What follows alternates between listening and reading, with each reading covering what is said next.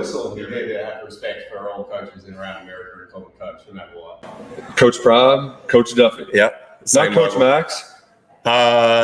Max Coach. I just tell him to call me Max, to be honest, but Coach Duffy's fine. Okay, Coach Duffy works for us here at the KSR Football Podcast, where we're going to recap the 35-point Kentucky victory over Ohio. Maybe look a little ahead to Ole Miss because, I mean, they're pretty good. Top 5 matchup on the road at the Grove. But first and foremost, we've got to address the elephant in the room. It feels like the vibes are low around the fan base and people just aren't as excited for Kentucky football anymore. And you could tell that just by looking at the press box because, I mean, Adam Luckett didn't even go to the game. That's how down on this team people are. Luckett, how dare you? Couldn't even make it to Mark Stoops' press conference today. Having a great month. This is a tough go of it. So I'm sure you all held it down for me. I'm sure it was thrilling. And I think Kentucky did what they were supposed to do. We said last week, Nick, there's not going to be really any winning in the public sphere for this game because even if they won the game 100-0, they would have been mad that they didn't throw for 600 yards.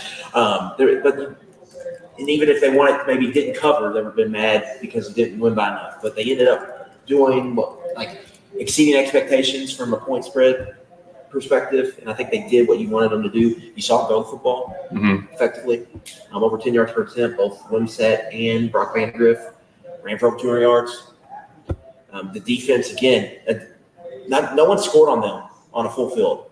Like every time they've been scored on, it's been like 60 yards or less. So you can just create field position. Teams are having a hard time scoring on this defense. Special teams, I think, look good.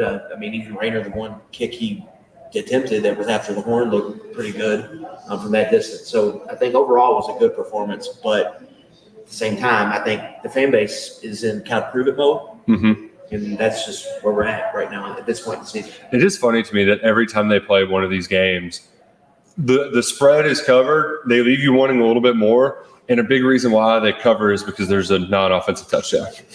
I mean, Max Harrison, is he Kentucky's best receiving scorer right now, Drew Franklin? I mean, outside of Dane, you could wonder, should Max play a little wide receiver? I mean, Dane obviously had a breakout game. Still want more out of that group offensively, but it was good for Max to add to that point total. I feel like Vandegrift, even though he didn't throw a touchdown, if that's a 98-yard field, he has 2 touchdowns, and Dane has 2. So even though I wanted Vandegrift to have a big breakout game, statistically it wasn't there with the touchdowns. It was a big step forward. Hell, maybe Luckett's the one holding him back. He attends 2 games, 0 touchdowns, skips a game, 41 points. But it was a big forward in getting the fan interest back, too, outside of Adam here. Yeah. To your point, they did what they had to do. I came away more critical than most. Max, were you on the spectrum of happy with this win versus we should expect more? Where are you kind of falling on the spectrum from this game?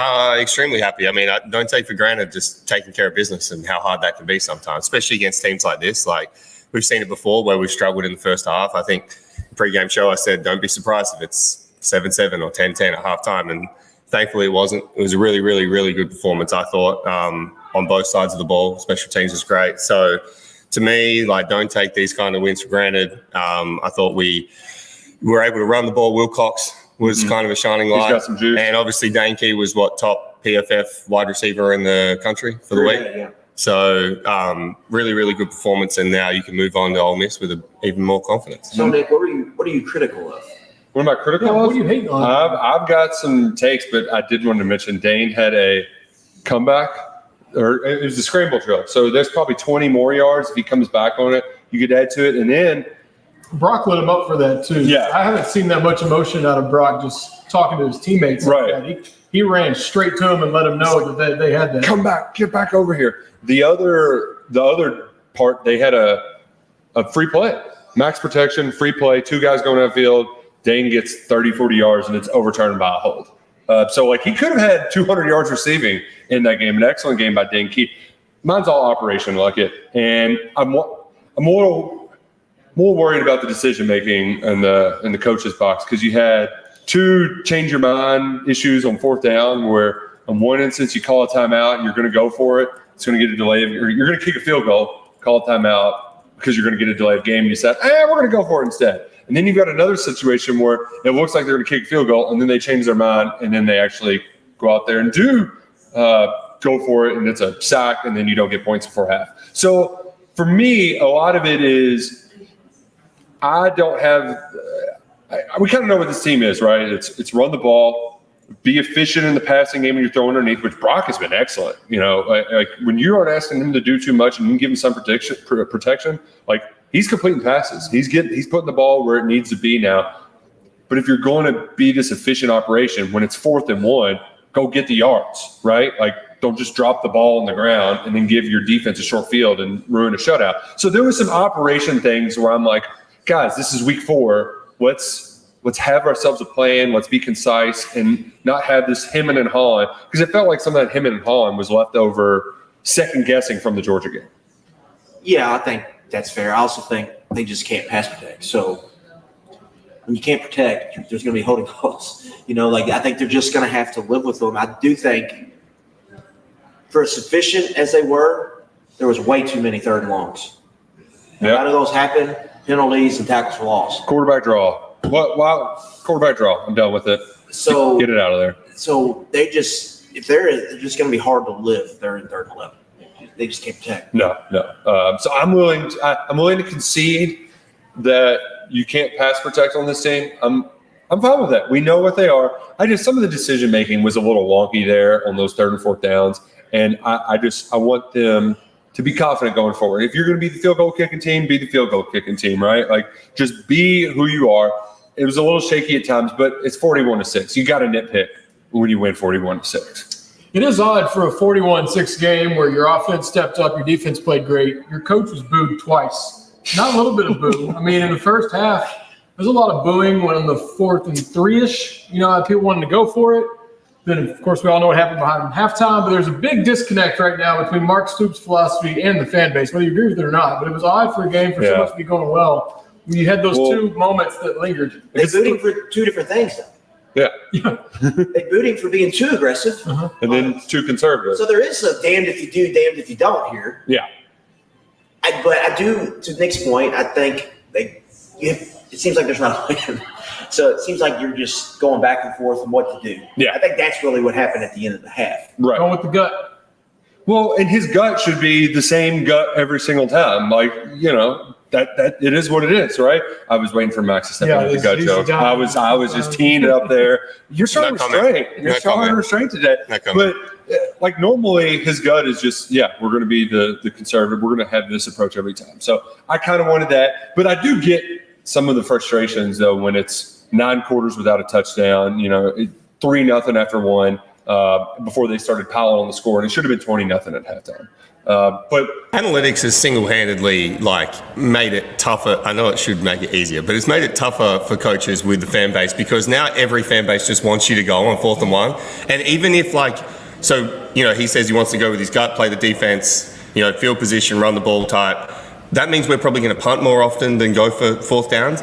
But the crowds don't want to see that. And that must be so frustrating as a coach, because it's we're sticking to our game plan, but I want to keep the fans happy. And then he tries to keep the fans happy. We don't get it. And that ruins the whole game plan. Did you all? Let's be honest. Part of that was lingering from the week before. Oh, yeah.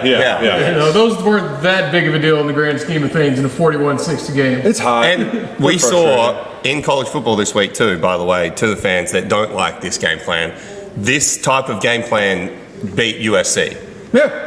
It's effective, and if we're good at it, it's almost like there's not a whole lot of teams that want to play this way. Mm-hmm. And so it's almost, it's not right going on and taking on, Army or Air Force or anything like that, but it is a different style than most teams are going to come against, and it does give us a point of advantage. If you watched the NFL yesterday, particularly Saints-Eagles, I just think that some of what's happening at the NFL has rotted our brains, and it's made us think that kicking field goals is bad. Because what the hell was Nick Sirianni doing with some of those? Just take the points. And especially when your field goal kick is good. Ours is good. Yeah. He banked in the 61-yarder. And that hurt seeing that go through. I wish he just hadn't kicked it. Time expired. We didn't need it. And then we look up. Did that go in? That went in. Well, I will say, to give the analytics portion of it, to get aggressive there and score a touchdown does make sense, because a field goal there makes a 3-possession game a 3-possession game. Yeah. Or 2, whatever it was. Yeah, it would have been from 17 to 20. Yeah, So- right before half. So if you're playing the math, like that's not giving you a super big event. Like if you're doing probabilities, your probabilities Yeah. are growing a ton by settling for that. So I don't think he was wrong, like trying to go for the touchdown. And I actually think he calls a timeout. The timeout would have called a timeout. Because if you go up there and clock it, Yeah. it's with a- this group, how long do we think it's going to take this team to clock it? You know? That's a fair point. So if you clock it, and let's say there's 17 seconds left, that's one play. You know, one with a timeout, it's probably one play. So I think calling a timeout there gives you legitimately. I think it gives you 2 plays. There needs to be an hour-long meeting this week, and this should have already happened, and I'm assuming it has. We're probably just overreacting. Yeah. But there needs to be an hour to 2 hour long meeting this week of the coaches of going, okay, scenario number 1, what are we doing? Scenario number 2, what are we doing? Scenario number 3, write it down, put it on a sheet of paper. No erasers allowed, no pens. Hopefully he puts it out. He went on with the gut getting in the way. Put it out here, have a look at it, and just stick to the plan. I think that's Don't let the guy get more away. of the issue is just have a plan and just do that. Yeah, just stick to it. I love the quote that Stoops had after the game because he's like, you know, there's a lot of firsts. You can't go through every scenario like what you're talking about, Max. But he's like, it might have been different for Bush at another school, but I've been here 12 years. I know the BS that's going to happen. And when it's 3rd and 11 and we can't protect, it's going to happen. So I should have known better, and that's my fault. And I agree with him. He knows the BS. We've seen the BS that happens before halves, and I think we just take the points. He's seen that movie before. Yeah. And even though I was team clock it, Luckett makes a good point. I don't know how quickly that clocking it could have gone. That's why I just think if you clock it, you do have a timeout, but you just wasted 8 seconds, probably, at least. And you have 1 play from whatever the yard line they were at. The quarterback draw during the 2-minute drill. I'm like, what? How many times did they run it during the QB or the 2-minute drill? I don't know what they saw on tape from Ohio that they thought the quarterback draw was going to work. I mean, when Gavin got in, it worked once, but I don't know. That goes back to the jet sweep stuff, where it's like how many times, which maybe this can be a sponsor question. How about that? We can do a sponsor question. New sponsor. Good transition. New sponsor. AARP Kentucky. Oh, is this for me? AARP Kentucky, this is for you, Drew Franklin. There's a lot on the line this election, from protecting the Social Security you've earned to supporting family caregivers, and you have the power to make candidates listen, because voters 50 and over, just like Drew Franklin, decide elections. That's why AARP Kentucky has created an election guide with the most up-to-date information about when, where, and how to vote. Make sure the candidates hear from you. Get trusted election information at aarp.org/KYVotes. That's aarp.org/KYVotes, paid for by AARP. The AARP question. Who are you voting for? What were we talking about? We were Clock just management, Yeah, spiking we were football. talking about Spiking clocking drill, draw. You had something because you Drawing. went Oh, right into Kentucky versus Ohio. Barry and Brown. football podcast. Okay, do you have the stats handy I on? don't have them pulled up, but the quick game stuff is not working. Are we I'm gonna write about it later this week. are we force feeding Barry and Brown too much the ball, particularly jet sweeps, screen, all I that will stuff? say the jet sweeps aren't working, but that was a nifty end-around design Bush Hamden had, where the 2 linemen were going to the right, come back left, and that worked very well. That was beautiful. Maybe that's more. Was that the touchdown? Yeah. Yeah, and that's, I mean, you asked me this question during the game, and I was like, all right, enough of this. And then they do one, and it's a 35-yard touchdown.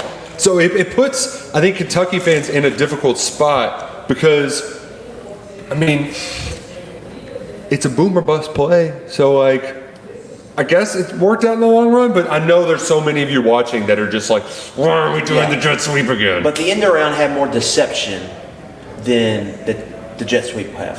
Jet sweep, they see it, call it. We're end-around with it happens so fast. So I don't know. Even the quick game stuff to bury in, like the bubble screens, and it seems just clunky and it's not working. So then it's like it's becoming such a put you behind the chains play. Like, but I get what they're doing because you want to get him the ball and see what he can do. But you know he's not Barron's not the best route runner. I would say he Right. had issues last year getting open, and so you're trying to find ways to get him the football and see if you can get those booms like that play was. It just seems like it's coming up bust way too often. He's averaging like 7 yards per reception. So this was the stat at one point during the game. This was after a couple of bad ones. 6 reception for 17 yards on throws behind the line of scrimmage. There was a couple more after that too. I don't know if they will count that or not. It's not very efficient. I think I wrote on our message board during the game before the touchdown, do we need to have an honest conversation about Barryon Brown? I mean, his speed is one of one, but when it comes to breaking these tackles and the shiftiness, it's a lot of dancing that sometimes go in the wrong direction. And like Luckett said, I mean, he's the focal point. They're feeding him. I think last year that was a problem, feeding him a little too much. And it's kind of like, is this ever going to work? Because it seems to be a lot of the same thing over and over. Now, when he gets a lane, good night, it's over. There's nobody like him. But he's not breaking as many tackles or making the most out of as often as they're going to. That first third down throw where he made the right cutback and looked like he was cutting up, and then you just like stopped halfway through, and you're like, wait, you were doing the right thing. Keep going. Yeah. I think it's anytime you feel a little nervous anytime he has to make like a short area decision, whether it's making a quick cut, a wiggle, a juke, getting north and south, getting east or west. A lot of times he ends up going south. Yeah, and sometimes it feels like he just stops, and then you're like, well, that defeats the purpose. And so go. Yeah, but also like, you know, we're seeing Anthony Brown-Stevens some on the jet sweeps. Mm-hmm. I wouldn't say it looks much better with him running it than with Barryon. Need a couple 5 yards. So I think it's something they're trying to find, but maybe they just don't have it. I don't know. But it's definitely something to ask, because I think it's kind of putting the offense behind the chains. And to me, it's get rid of all these fancy gadgets and gizmos and all that, and get back to what worked against Georgia. QB sneak, okay? First play of the game, QB sneak, 4 yards. I haven't done the math. If you get 4 yards of play, you're getting the first down. Every time. Let's get back to QB sneak, QB sneak, QB sneak. I want to come out against Ole Miss and just go QB sneak every single play, and if they don't stop it, then just stare across that sideline lane and go, what are you going to do about it? We could call it the Bush push for Hamden. Bush push. 16 play, 80-yard drive, touchdown. Yes. 4-yard QB sneak. How demoralizing. QB draw. I think We did open the game with a big play. Was it the first or second play of the game? Went for about 20 yards. This time we got a quick start against Ohio. And to mention, you mentioned Wilcox off the top. He played well. His best game. He got his most run. He had 3 explosive runs, 19, 21, 23 yards. A couple of them I thought, oh, that's going to the house. But that explosiveness, that was something we haven't. If you want to talk about boxes you want to check pregame and did they do it postgame, you're damn right they did. Like, that was the most explosive we've seen the team so far. Some of it was on just regular design runs where they made guys miss, and then other times it was, hell, Brock's getting out of the pocket and keeping his eyes downfield and finding somebody and scrambled him. Yeah, I think most of that was Wilcox, but I think we thought that was going to come eventually. Yeah. Because what his rep was coming out of high school. Now we're starting to see some of that play out. So I think that's something he's going to be able to continue to provide the offense. And then the passing game, I think we saw some of what we saw earlier on Brock. Like, he's really good in the scramble drill.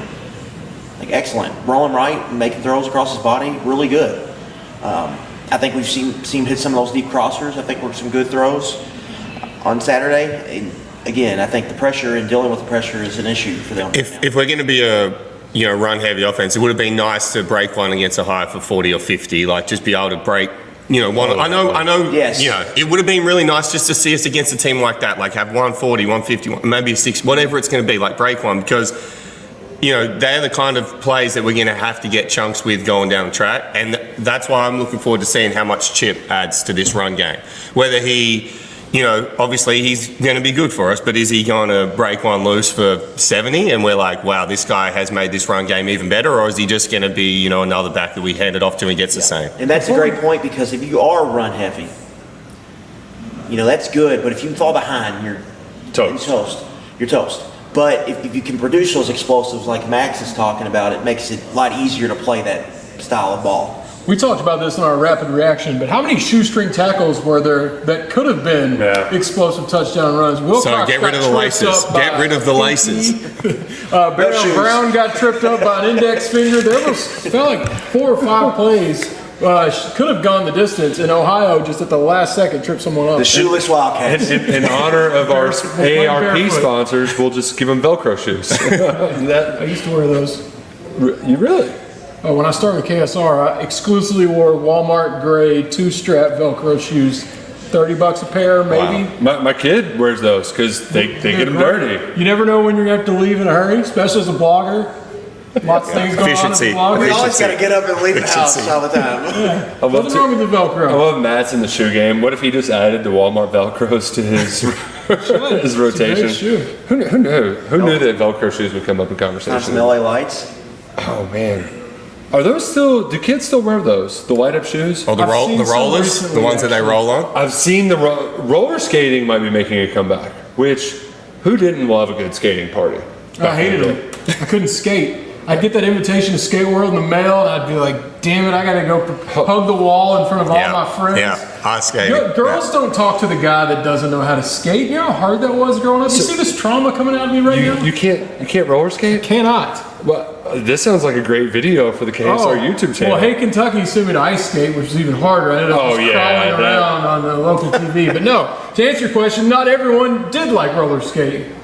One of my friends, he was one of those that like every season he was into a new fad, and he got into jam skating. Do you remember jam skating? Was that jam skating? Was I like couldn't do regular. I didn't need jam. Jam skating was like doing tricks while you were roller skating. Yeah, I got into that. And he just shattered his arm trying to jam skate. It was a total nightmare. So maybe we can just do regular skating. We don't have to get you moving and grooving.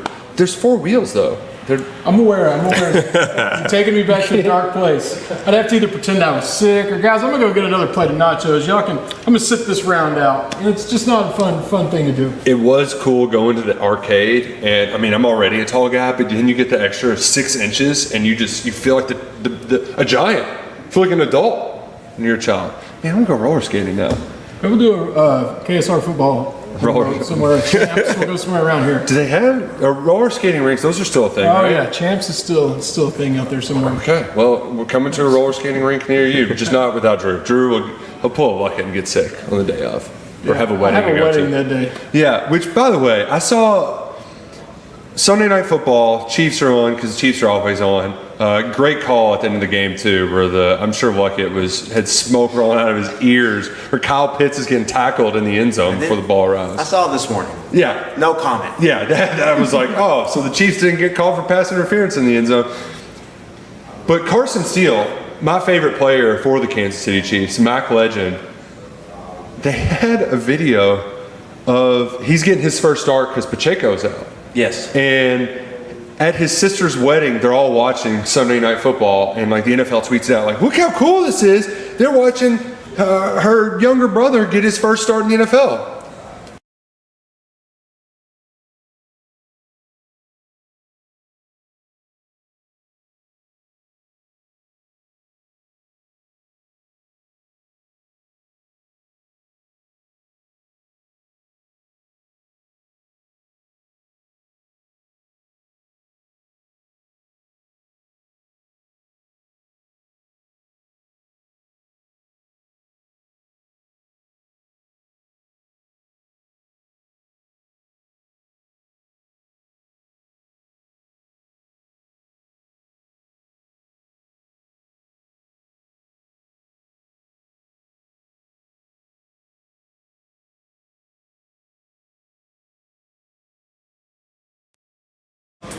That's like when you brought it here.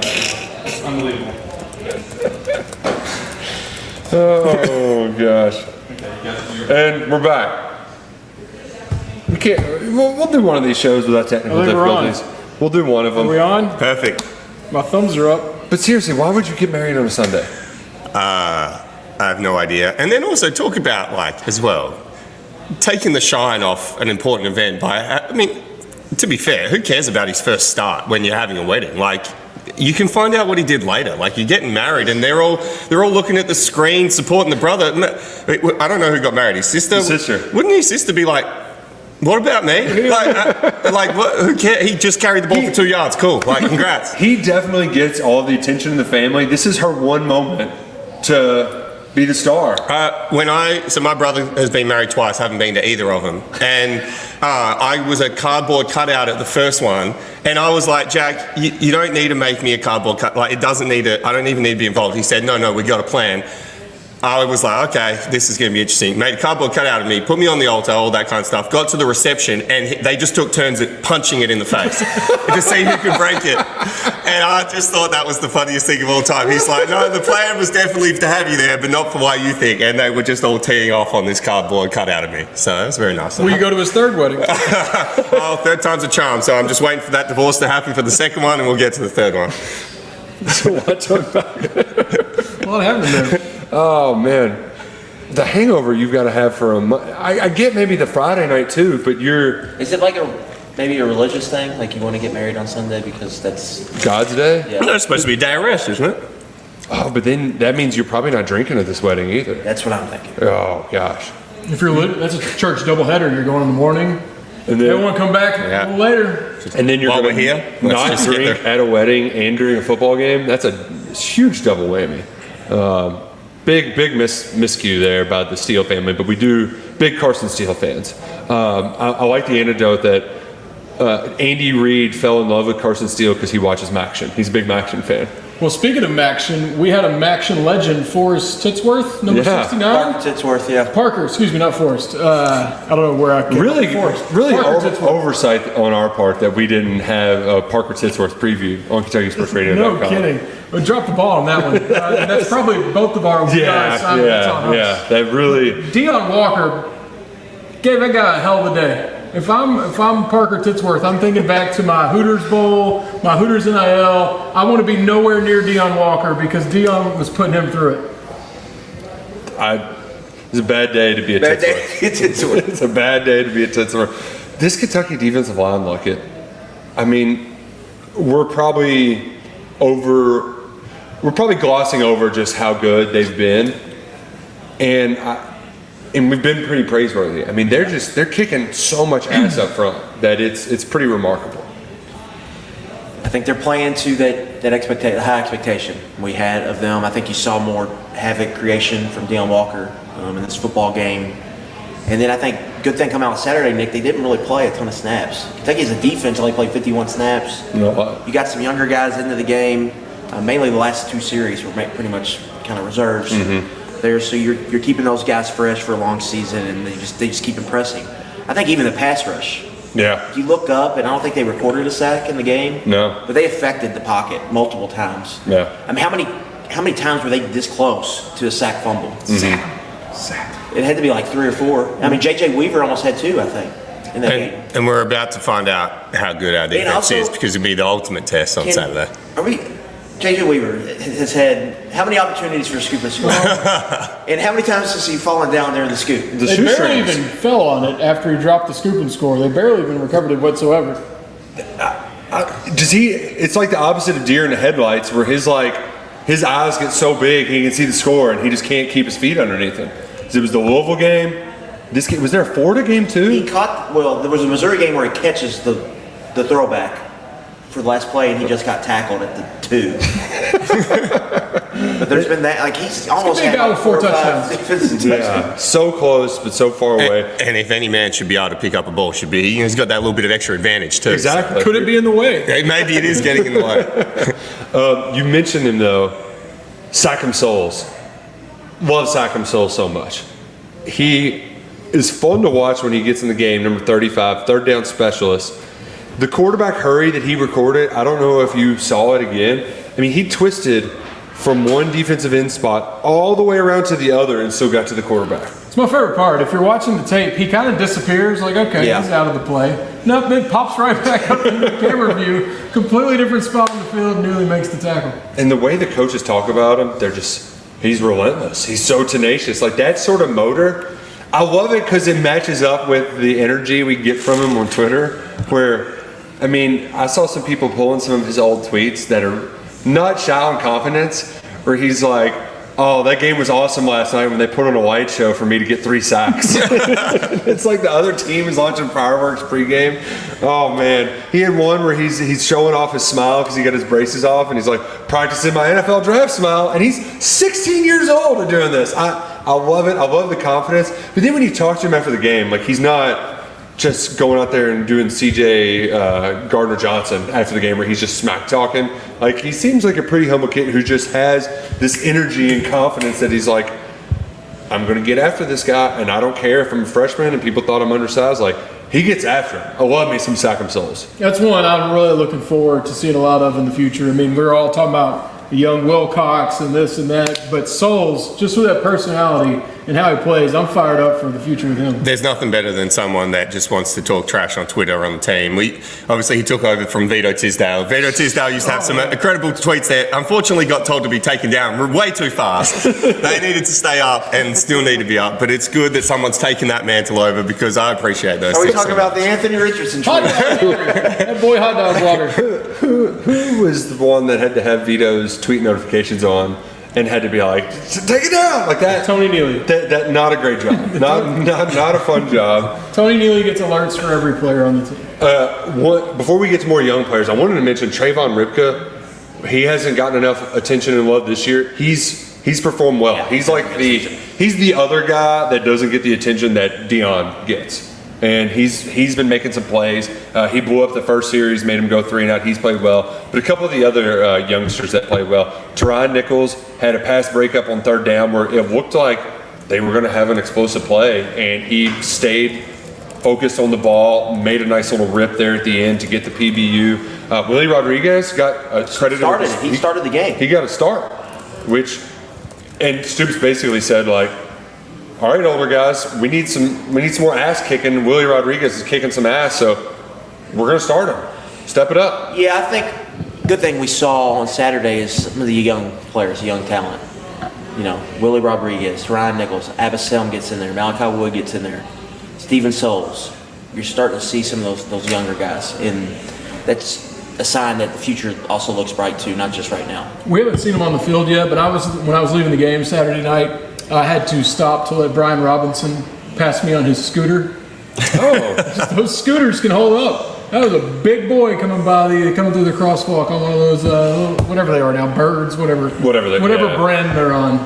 Probably it's a great sight though. Probably he's smart that he hasn't been still doing the tweets now. That's true. He's a big tweeter. Yeah, and the tweets are fun. If you're like right now, he's in the. I mean, he's freshman. He's figuring things out. We kind of expected that this year. So I'm glad he's not like tweeting his meals and all that every day. Well, he's looking both ways before he crosses the street. That's good. Good scooter safety. He just made the scooter look very small. Yeah, those are dangerous. Just ask my radio producer, Scooter Dingus. Is that how it originated? Yeah, he wrecked one. That's why we call him Scooter. Yeah. So don't. They hurt if you aren't careful. Which that might happen this weekend if you aren't careful down at Ole Miss. We're going to talk about that game. But first, I need to tell you about our good friends at Club Blue. Club Blue NIL is the official collective partner of the University of Kentucky. It's founded by UK fans strictly to support the NIL efforts at UK, where 100% of subscriber money goes directed to the staff, student athletes. Like, it's just going there. They're not wasting any of that money to pay a bunch of fat cats. At Club Blue, all that money is going directly where it needs to. And Club Blue, they're doing a lot of cool stuff.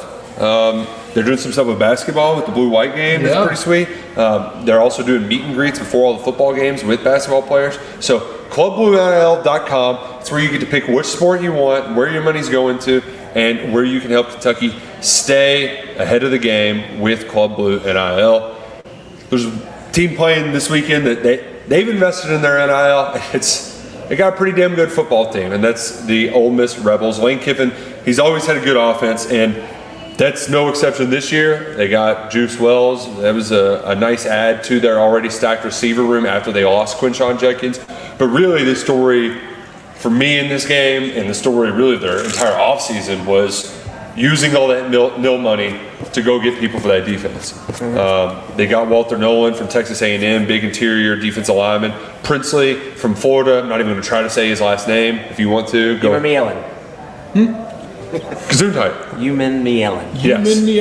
He was the guy who got his teeth kicked in playing for Florida last year. And now he's going to go get it kicked in against Ole Miss. Yeah. Woo!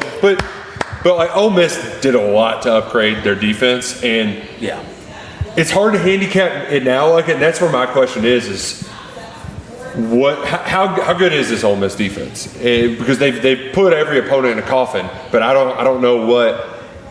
I mean, it's Georgia Southern.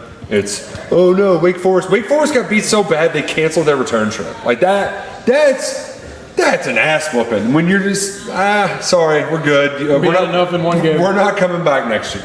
That's tough. Yeah, I think feel safe saying that Ole Miss probably has the top 10 offense. So, but how good is their defense? It's probably at least top 25, probably at least top 20. But how good is it? Top 10, or is it just top 20, or is it just top 25? That's really what'll determine their ceiling. And they're all in on this season, and they've spent like it. Yeah. With what they've added on defense and what they've added on offense, and with a third-year starter at quarterback. Man, 3 years? Jackson Dart's been there? It's a lot of Jackson. Still not how you spell His first Jackson. career SEC start was against Kentucky. Oh, people forget that. Look at that. People do forget that. Another first, they're doing a stripe out.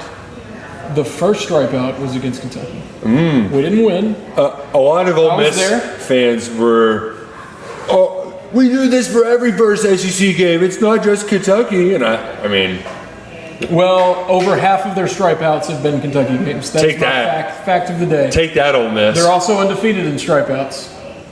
But that's okay. Jew. Jew. yeah, Jew. we are due. I do. That part of bringing that up though is I think that's going to be, even though it's an early game, they're hungry to play A real team. A real team. Yeah, absolutely. I think that's going to be a good atmosphere, even though you're looking at 11 a.m. I think that place is going to be fired up. A lot of Kentucky fans even have backed out a little bit. I know you guys are going. You're excited, but that's going to be a tough first true road test for the Cats after opening the season with 4 straight games at home. It's kind of how the season was last year for Kentucky, where the first 3 games you're playing G5s, then you go on the road to Vanderbilt, and you come home and it's Florida, noon kickoff. We're pounding some beers, right? And Kentucky just put it on them. I mean, how much could have Lane even saved in the chamber for this Kentucky game? Because they've been doing basically whatever the hell they wanted to. I don't have all of the statistical categories that they lead the nation in, but it's a lot of them, Max. I was going to say, if we get the typical fan going, well, we haven't even really seen their true offense yet because they've been holding things back. Well, if they've been holding things back, then we're in a lot of trouble because they've been scoring about 70 points a game and throwing for, I think he leads the league in passing by 300 or 400 yards. He's thrown for at least 370 yards in every game. It is insane. And his completion percentage, I think, is still tops in the league. But that Trey Harris leads the country in receiving yards. they haven't had the thing that is good for us though is we've come up against 2 really good football teams. We've had 2 really, really good tests. They haven't had a test yet. They haven't come up, and there's always those little things that come up when you start playing better teams that they haven't been able to iron out yet. They haven't been through those tough situations where it's all right, they're doing this to us, or even if it is clock management, something like that. They haven't had to run through any scenarios yet. The scenario has been, how many points do we want to score? That's their only scenario. It's do we just ease up now, or do we ease up in a couple minutes? Who wants a touchdown? Right, and the contrasting styles as well, I think, is going to play, it helps us because we can get them off the field real quick, then we're going to have possession for a long time because we're playing a lot slower than what they are. Wear that defense down, hopefully get them in the back half. Well, and the thing that people, when you think of the Lane Kiffin offense, you think about them throwing the clipboard in the middle of the air when they're taking shots downfield, tempo, throwing, running, gunning. This offense, a lot of its success is predicated on running the damn ball. And Quinshon Judkins was a workhorse for him for 2 years. The amount of carries he got, I think a lot of people glossed over how they run the ball, how much they run the ball. They've ran the ball more than they've thrown it this year. And I know some of that's you got to lead, so you don't need to throw the ball around the yard. But to that point, if Kentucky can make them one-dimensional, that's what you're referring to is what happens when things don't go according to plan, right? And that's really the key to this game for me is making them one-dimensional offensively, and then how well can you control the trenches and stay out of obvious passing situations when you're on offense? Right. I think defensively, the battle at the line of scrimmage is really, really important this week. If you can stop the run without having to have a safety roll down the box, that's going to help a ton. That's going to help limit explosives because they're not going to be wide open areas of grass to run into. Mm-hmm. And 2, everything starts with their run game. I mean, it's RPO heavy offense. I mean, almost every snap's an RPO. And so, can you stop the run game? And if you can do that, you're going to have a really good chance to get stops defensively. Then offensively, I think Kentucky's they're going to challenge Ole Miss in a way, specifically how they can run the ball, that these other teams just haven't been able to do. And so, but can you pass? Can you create the explosives to go and score points? Because I think Kentucky's probably going to be able to play some ball control, but you're going to have to score points to win this game. And to me, it comes down to when you get your shot plays, can you hit them and can you protect, right? When you dial them up, can you keep Vandergriff clean long enough where he can throw the football and get it to them? And anytime you play a tempo team, the early wave, you have to survive. Can't get boat race from the jump. Like they're going to have some success early, eat that first punch, and then settle in and play the game. Particularly with the way we play too, because we're not built to come back from being down 1 or 2. Or obviously one score is fine, but a couple scores. Yeah. And if you're going to play defense, play field position. Oh, Max. I mean, what a change of events, huh? The floor is yours. Not going to say I told you so, but I told you so many times. Well, it was one of the biggest disgraces of all time at the start of the season that we even decided to start Wilson Berry. He's a good guy, all that kind of stuff. Got a kid, second one's on the way, congratulations. But 38 yards just wasn't getting it done. No. And we finally made the change, which I don't know I do know what made him do that, but I didn't see it coming. There was no talk during the week that it was going to happen. There was no we might throw him in this week. It was just a snap decision, I guess, and How about put a him gut out there. feeling? A gut feeling. 56 yards in the air, 5.1 seconds of hang, pretty handy. Not a bad punt. Ends up going the end zone, net 38. So really, have we gained anything? I'm not sure. But if they located it, he put it inside the 10, just got to find the ball. And that is going to be huge going down the track in these SEC games. I mean, that is what every other team in the SEC has to some extent, but not at that level. Like, he could be the best punter in this whole conference. And the fact that he didn't play, it still defies logic. But now that he's in there, it is going to be massive for our team. I mean, this week, you get us on a 3 and out, and we're on the 20. Well, he's going to put them inside the 20. Like, he's that good, and he went out there. He's had one shot, he absolutely bombed it. Like, I mean, to your point though, as like I said earlier, opposing offenses haven't scored a touchdown when they've had to go more than 60 yards. I mean, you have to be able to, because it goes back to the Georgia game when they got a couple first downs, the quarterback sneaked the start, but you got it to the 50 and you made Georgia have to go to the length of the field. You cannot give Ole Miss layups. You just can't give them any layups or they'll take them all day. They'll do it. yeah, and I'm still, no one cares. We'll get to the scheme another day. The scheme's still miserable. But the punter is better now. And if we want to run this scheme, it is way better to have this guy. Like, if this is the scheme you want to run, there was no scheme that Wilson was going to suit anyway. But the scheme that we run, that is perfect for this guy. Put him in the pocket and just let him boot it. And that's what he's going to do. And it's going to be great. Bombs away. We'll be dropping bombs all over them on Saturday. Hopefully not too many though. Like three punts. Yeah, I enjoy the punter talk, but let's not get too excited about punting. No, yeah. I feel the same way about Alex Rayner. Drew, like I'm glad we got this good kicker, but I don't want to use him too much. I don't know. I'm kind of Extra points. I'm ready to call up his number anytime. And extra point. Yeah. That's right. He's special. He's McGinnis level of being able to rely on him, Rayner. Like we mentioned earlier, how long was the one before the half that didn't count? But 61. he banged it 60. Yeah, this game 2 years ago, if Kentucky had a kicking game, they win. Remember they couldn't snap it to the kicker, right? Didn't that happen? They had the one field goal that looked good, but they said missed. Yeah. Then they missed the extra point. Yeah. Did you all see the A&M field goal this weekend? That didn't. I don't think so. It was one of those where they called it good and you saw it and you were like, "That It didn't go in. did they go? I don't think that actually went in. I don't know. Get a couple of those a season. Yeah, where you're Say, like, I don't know about that. But that's happening. 11 a.m. local kickoff, nooner on Saturday. You're not going to have to wait around all day to watch Kentucky Ole Miss. If you're going, find these guys. They need friends. Yeah, we do need Normally friends in we the know Grove. all kinds of convoys heading down. At least in our friend groups, numbers are a little low. Yeah, a lot of folks are like, we did Ole Miss 2 years ago. Let's go to Texas. Yeah. We learned early that this was going to be a noon kickoff. So a some people stay behind, but if you're going, let us know.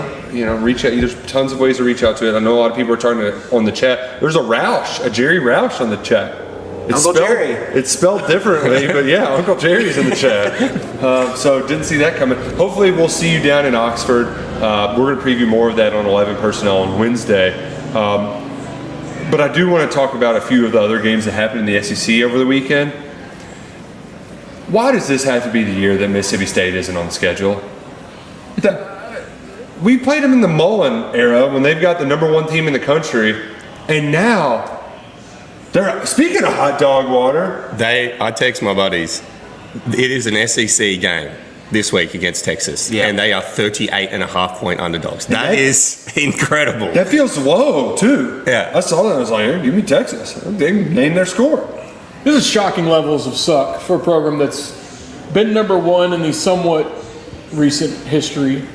I had Kentucky's number, the point you're making, every time we play, and they are horrible. Absolutely horrible. I mean, we're talking about firing Florida's coach, and they just went and did whatever they wanted against him. Toledo went to Starkville, housed them, then went to Bowling Green. Lost to WKU this past weekend. WKU. Can we just scrimmage Mississippi State just for our own feelings? Just to feel good about They've it. spoiled so many good years of Kentucky's in the past decade or two. They're beneath rock bottom. There's a gap between Vandy and them and dead last. And now their quarterback's out for the year. Their quarterback messed up his shoulder and he's done for the year. And we're going to Texas. Yeah, instead of Starkville. Yeah. Well, you get Ole Miss and Texas this year. And if the division structure was still the same, you would go to Arkansas and you would get Mississippi State at home. A little bit different if that's your schedule. A little bit different. You mentioned Western Kentucky, Toledo like it. Did you see the end of that game? I did not. So Toledo had a lead. They should have won at Western. Western comes from behind. They get a safety, and they should. All right, great comeback, Western. They pick off a pass late that should have ended the game, but Western still has to run the clock out. So Western runs a quarterback sneak or something along those lines. The ball is fumbled in the middle of this scrum. There's just a lot of bodies. The ball pops out. The ref doesn't see the ball is on the ground next to him, and somebody from Toledo runs up, picks it up, and runs it in the end zone. Would have been a go-ahead scoop and score, but the refs had blown they didn't know the ball was down, so they blew the play dead. On review, it's a clear fumble and recovery, but they can't call it a touchdown. It just has to be from where the ball was recovered. Next play, Toledo throws an interception, and they lose the game. Oh, no. So Rushing loss. Western gutted one out in a wild ending, which it still wasn't as near as wild as what happened in Boulder. Because on the one hand, you say, oh my God, Colorado, that was awesome. How did you do that? And then on the other hand, you're like, Dave Aranda, how did you do that? The last play, did you hear the name of the last play that Baylor called? Victory Cigar. How about that? We rename that. Yeah. Gotta throw that one in the trash. But I mean, Baylor had a field goal to go up 10. They miss, and then Colorado, Will Shepherd drops. I mean, he dropped the ball at like the 4-yard line. It hits him in the numbers, and you think, well, hell, he might have fallen down because his momentum was a little off. But there's the game. There's the Hail Mary, and then for Shadur, I don't know how many of you all were being up till 2 a.m. watching games like I was. But for him to even just get the ball to the end zone while running away, like sidearm throwing it, and then to have the Hail Mary, I was just like, this is nuttier than a payday. Like, just what a crazy ass ending college football. They played the Cordell Stewart Hail Mary right before that, and it's like playing the Leitner shot at a Kentucky game before you're getting ready to get beat on a buzzer beater. Like, that was brutal. And then they went to overtime, and Travis Hunter just makes an amazing play to give them the win. That was crazy. Just Whatever I hate them, crazy. Colorado is going to give you some entertaining television. Whether they're on the winning end, the losing end, they're talking trash. I mean, that game was insane. I'm glad you brought up Travis Hunter. Even though he gets talked about, I still don't feel like people talk about him enough for what he's doing. And for him to go out, he said after the game, Shedeur told me, go get the football. I just went out and got the football. How is a wide receiver doing that in overtime? He plays every snap for them. He should be the Heisman favorite. I know there's a lot of great quarterbacks right now. No one does that. I mean, you probably you might see some players like this, Max, in the high school level where it's just, all right, that one guy is going to go just do everything for them. That shouldn't happen at this level of football. Does he not get tired? Like, does he have unlimited? Did he change his sliders to like unlimited stamina? Because it's insane. Yeah. Also, by the way, Oklahoma's terrible. We should have got Oklahoma. Their offense is the worst thing I've ever seen in my entire life. Like, it is just miserable to watch. Not in the Big 12 anymore. Miserable. When I was like, I'm betting Tennessee to beat Oklahoma in July, it was based on the Tennessee offense and the defense not being prepared to see it. But this last week, I was even more confident, and it wasn't because of the Tennessee offense. It was just that Oklahoma offense is bad, and they put all their chips in on the Jackson Arnold bag, and to bench him like it, that's the part where, I mean, don't you just let him play through it? You're invested in this dude. Yeah, I don't. That's it's not a good offensive situation for them right now. Oklahoma's defense is really, really good. Don't get me wrong, but keeping Tennessee to 25 points with like their first true test gives us some glimmer of hope down the track that we can limit them a little bit. Like, I think Heupel took the foot off the gas a little there, though. It's only 25 points. It's not a whole lot of points. I know, but It wasn't, I haven't watched it yet, but Nico was it seemed like just okay, just from looking at the numbers. They got pressure on him, and I mean, you saw 2 strip sacks, but you knew that Oklahoma was cooked when they just fumbled it on the very next play. Well, it's also a lesson. You don't know what you have until it's gone. Oklahoma's offense, you could just Dylan Gabriel. make it. So you're like, Jeff so you're Levy. always thinking, if we could just fix this defense, we're going to be awesome. They get the defense fixed, and now they don't know how to play football on offense. Yeah. It looks like they don't practice on offense. Who's going to have worse offense on Saturday, Auburn or Oklahoma? Well, the thing about Auburn is they're moving the football. They just cannot stop turning it over. They've thrown 88 interceptions in 3 games. I got to tell you, Drew, I poured an extra drink Saturday night when I saw Bo Wallace going at Auburn fans on Twitter and just going after Hugh Freeze. Because there's no bigger hypocrite in the sport of college football than Hugh Freeze. And to have his best quarterback ever just lighting his ass up on Twitter for being a fraud who's happy to run his quarterback under the bus. Oh, I was drinking it up. It was so much fun to watch them. They're always it's a shit show on the Plains every single year, and I love it. I think it's fun. This is an even more fun brand of it because they seemingly have everything figured out except their quarterbacks just love to turn the ball over, and just keep that energy at Kroger Field. We need them to be a train wreck when they get up to Lexington. And they were excited for this season because they were out the West. They had this nice schedule set up, and they've already lost. Get this freshman phenom at receiver. Who wins this week out of Alabama and Georgia? Alabama ain't lost at home in a long time. But they also, what's their test? At Wisconsin with their backup quarterback for 3 quarters? Yeah, it's either DeBoer loses a regular season game for the first time in a while, or Kirby Smart finally loses a regular season game. Indomitable force against an indomitable force. That's going to be a fascinating watch. It's hard to watch all the Tennessee stuff online. I mean, you can't even make fun of their equipment truck for breaking down because it's like, oh. But also, what the hell's Peyton Manning doing in his uniform? What are we as haters supposed to do right now when Tennessee is kind of on a roll with pretty much everything they touch at the moment? I don't like to say that out loud, but even just starting with baseball, the football team I've made fun of, we all have for years. You're not back, you're not going to be back. If there's ever a back, this is the closest they've been. What do we do about this?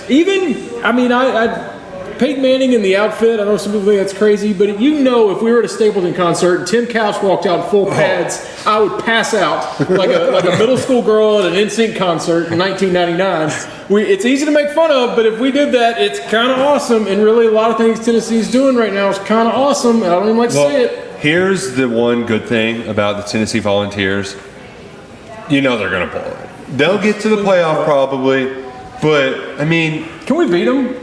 I know it's a big ask this year, but It's too good right now for them. They're Tennessee. They need to be pulled down just a little bit. Okay, So so when you got Peyton Manning putting his old pads on, you've gone too far in the fun direction. We need to get them back. so my wife asked me this question. I'm going to ask you all this question. Would you lose every other game for the rest of the year if it meant Kentucky won at Neyland Stadium? Stephen with a quick yes behind the camera. I can't give Louisville that. Can we leave Louisville out of the conversation? Well, I Murray State too. You don't want to lose the FCS. I don't want to lose this Governor's Cup streak. Yeah, I'm not losing to Murray. I want to beat Murray by 7. So okay, Could you imagine beating Tennessee and then come back next week and lose? I will lose to Murray at home to win Knoxville. but let's take Murray State out of the equation though. So let's say you go 4-8, right? You Murray State, Tennessee, but you lose to Louisville, you lose to Vandy. I can't give up the Governor's Cup. We've got a good, firm grip on this Governor's Cup. I hope it never goes back in their trophy case. I cannot surrender it. The part of that makes your argument, because I was a quick yes, but I mean the fact that old Uncle Jeff is still bitching about the officials from last year, Yeah, we can't let them have that trophy. I know, as bad as we want this Tennessee game, I mean they want it even worse over there at U of L. So you can't concede giving that to them, right? How about 4-8, but the wins are Tennessee and Louisville, and you lose to Murray at home? Oh, Where do I sign? Where do I sign? Give me the contract, the deal with the devil now. I will take it. Oh man, that'd be exhilarating. Which, speaking of Louisville, What a win for Murray, huh? Yeah, What a win. finally got rid of those Program coaches. advantage. It's like Yeah, we stacked. exactly. I'll say one nice thing about Louisville. That catch that Ja'Cory Brooks had, I don't think you can overstate the degree of difficulty where you get turned around and you relocate the ball and catch it in stride. I still don't know if they're good or not. I still can't figure it out. They can't run the ball at all, but Shuck is better than Plummer, and the receivers seem to be good enough. That catch that Ja'Cory Brooks had, I was like, oh wow, that's a football play right there. While we're complimenting Louisville, it looks like if you go to their games, a lot of leg room, a lot of space out, maybe 4 or 5 seats to yourself if you're in the right moment. They sold out the they basically had to sell it for the volleyball game, so at least people could go to Bourbon and Beyond in the Louisville volleyball game. They couldn't go to the Louisville football game. What would be worse, losing to Louisville or paying your team $500,000 to come put 70 on you? Losing to Louisville. I mean, James Madison was a 17-point dog, 11-point dog? And North Carolina will beat Duke on Saturday. Just lock it in. How awkward was that locker room when Mac Brown had to say, guys, I might just have to walk away if we don't got it anymore. If you're a player, you're expecting some sort of, and then you hear your old coach say, yeah, I might just have to retire, guys. Where's the win one for the Gipper speech? What are we doing? Hey, good luck with the rest of your board. I'm tired. Whew. They had given up. I think the most they had given up going in the game was 24. It wasn't like they were being awful on And defense. 53 of them were in the first half. Yeah. There's been some insane, and I think maybe there's some. They scored 50 points and lost by 3 touchdowns. I think that might be, to bring it back around to Kentucky, there probably is a lot of that with just our fan base where you look around and you see the scores have gotten crazy. I mean, the amount of points being scored now, and maybe it's just the way that everybody's spreading things out now, where defense is being de-emphasized. I don't know, but I think there is a lot of looking around and being like, I want to score 70 points against North Carolina. Well, Mark Stoops has the famous line that Max has probably heard 1,000 times. It's never as good as it seems, never as bad as it seems. So some of these games, they look like, is this the best team ever? You're seeing them the next week, and it's a dud. So I think there's just a lot of overreacting to everything in every direction. Northern Illinois was ranked. They lost to a MAC foe this weekend. So, I wonder who picked this that. one said it on the KSR pregame show. and you know what? I should have listened, Max. Thank you. That's a me problem, not a you problem. Money It was the line most Max over here predictable this thing week. of all time. Moneyline Max, he was all over it. Let's do we got any bets for tonight? Look at 2 Monday Night Football games. I had a terrible gambling weekend. Max, you're the winner. You got any bets for tonight? Luke Fortner and the Jacksonville Jags will probably get it done Okay. against the Bills. No one's seeing it, but that's probably going to happen. Okay. Yeah, and then I don't know about this weekend coming up. Maybe Kentucky over Ole Miss. Oh. You heard it here. I don't have a pick because this season I am the worst gambler of all time. But I am very interested to hear Luckett's temperature check on his Bengals. And this is not a game you can mess around with tonight. As someone who has an 0-3 football team, I do not recommend it starting like that way. No, I think it's a big game. They can't afford to lose it. I would be worried if they get behind early because their run defense is in rough shape, Cincinnati. So that's my one concern. But I do like Burrow, 2 passing touchdowns, and Trey Hendrickson to record a sack. You might have to lay a little juice, or you can just parlay those two. Get plus odds. As a family, let's parlay. However you parlay, let's parlay. Let's have a good time. Let's win some money, and let's get Lil Levis something. I don't know. Yeah, well, Drew has to go from watching O-line on Saturdays, maybe not be the greatest wall of all time, into Sundays, maybe being even worse. People that listen to the show, I've said it for a decade. Kentucky and Tennessee Titans are the same team every year. Whatever the flaw is, I'm seeing it both days. And it's happening again this season. A horrible line that cannot, not that Levis has been good, not defending him, but I don't care if they had prime Brady back there. The line is so bad, there's no time to do anything. Yeah, I mean, the 2 backs had, I think, 8 carries for 20 yards yesterday. Not great, Bob. I love you, Titans. We'll recover. Maybe, probably won't. It'd be nice if Kentucky recovered and got a win over a top 5 Ole Miss team. It's been 7 points. Kentucky's 0-3 in the last 3 meetings. 7 points have decided those 3 games. 7 total points, not an average of 7 points. 7 total points. Stoops has played this game close over the years. Let's see if they can be a little frisky again in Oxford. He's Drew Franklin. That's Max Duffy. He's Adam Luckett. I'm Nick Roush. Go Cats and go Kroger.